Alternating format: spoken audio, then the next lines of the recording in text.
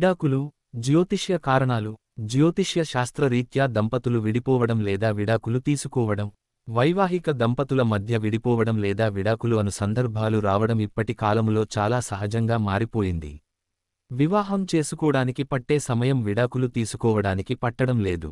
సామాజిక పరంగా విడాకులకు ఎన్నో కారణాలు ఉండవచ్చు. కానీ ఇక్కడ కేవలం జ్యోతిష్య శాస్త్రరీత్యా మాత్రమే తెలుసుకుందాం. విడాకులు, జ్యోతిష్య కారణాలు. ఇక జ్యోతిష్య శాస్త్రరీత్యా ఉన్న కారణాలు తెలుసుకుందాం. జ్యోతిష్య శాస్త్రములో నాకున్న 27 సంవత్సరాల అనుభవములో విడాకులకు లేదా దంపతులు విడిపోవుటకు గల కారణమైన ముఖ్య గ్రహములు రవి, కుజుడు, రాహువు, శని, కేతువు. ఇక భావాల విషయానికి వస్తే అష్టమ భావం అధిపతి మరియు ద్వాదశ భావం అధిపతి. దంపతులు విడిపోవటానికి రవి ఏ విధంగా కారకుడు అవుతాడు? రవికి సహజంగా వేడి తత్వము ఉంటుంది. జాతకములో ఏ విధంగా అయినా రవి సప్తమ భావముకు సంబంధం ఏర్పడినా వైవాహిక జీవితములో చాలా సమస్యలు వస్తాయి. రవి నీచపడినా లేదా శత్రుస్థానములో ఉన్నా మరియు సప్తమ భావానికి సంబంధం ఉంటే జాతకులకు వైవాహిక జీవితములో సమస్యలు ఏర్పడతాయి. ఆధిపత్యం చూపించటానికి, అధికారం చెలాయించటానికి రవి కారకుడు అవుతాడు. కావున ఈ దంపతుల మధ్య సమస్య ముందు అహముతో మొదలవుతుంది.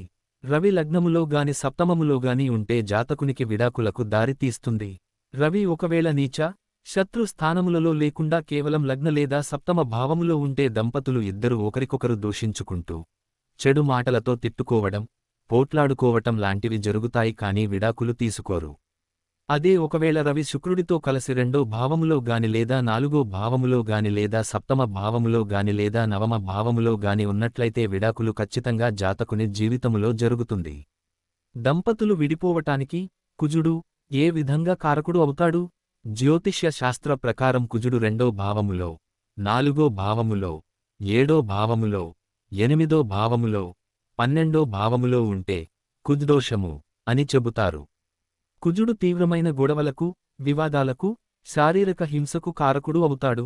కాబట్టి కుజుడు వైవాహిక సంబంధిత భావాలలో అంటే ముఖ్యంగా లగ్నలో లేదా ఏడో భావములో కుజుడు ఉంటే జాతకుడి కుటుంబములో తీవ్రమైన గొడవలు, కొట్లాటలు, పోట్లాటలు అధికంగా ఉంటాయి.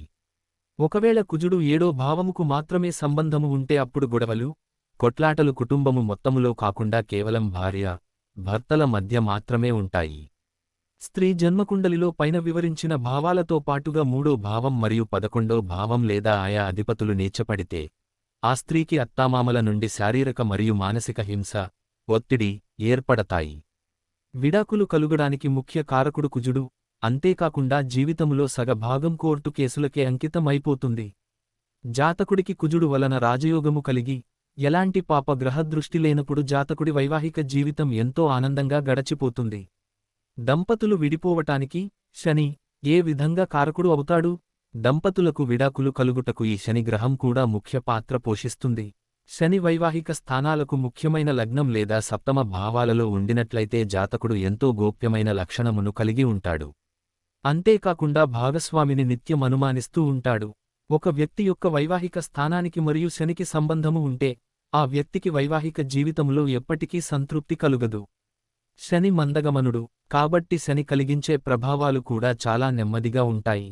ఇలాంటి జాతకులు విషయాలను ఎంతో కాలం పాటు గోప్యంగా తమలో తాము ఉంచుకుంటారు.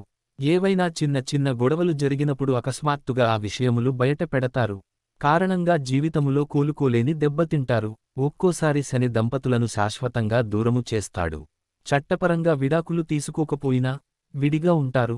దంపతుల మధ్య అపార్థాలు చెలరేగటం, గొడవలు కలగటం, వివాదాలు, చివరగా విడాకులు వీటన్నిటికీ శని కారకుడు అవుతాడు.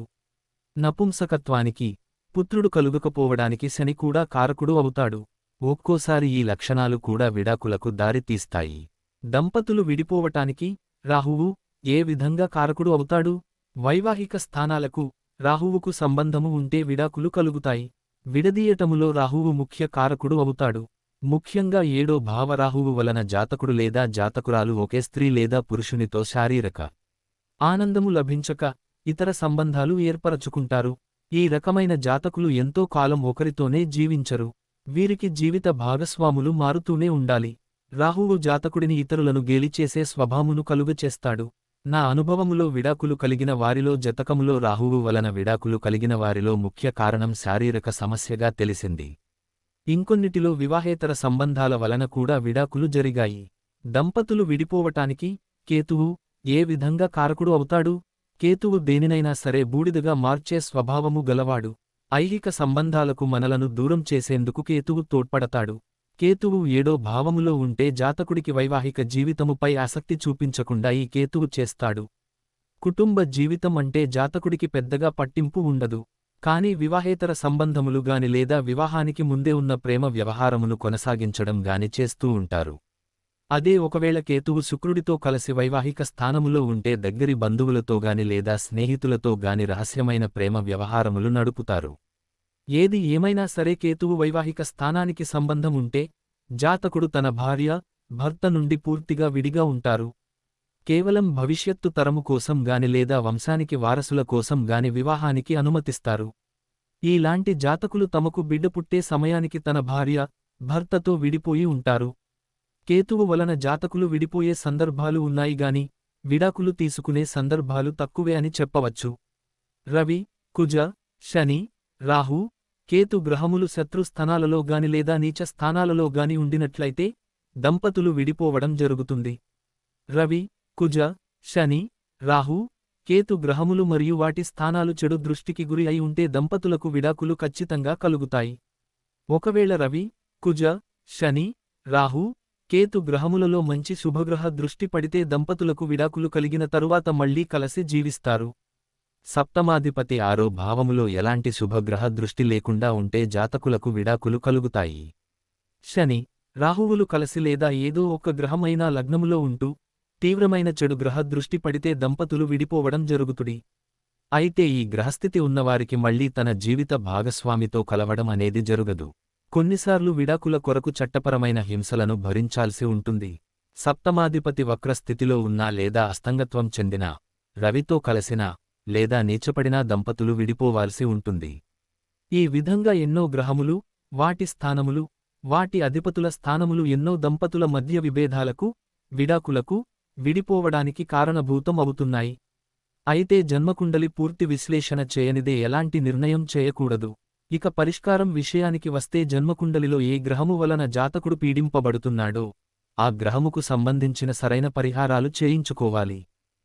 Thanks for watching. ఈ వీడియో మీకు నచ్చితే లైక్ చేసి షేర్ చేస్తూ ఈ ఛానల్ ను సబ్స్క్రైబ్ చేస్తారని ఆశిస్తూ once again thank you very much.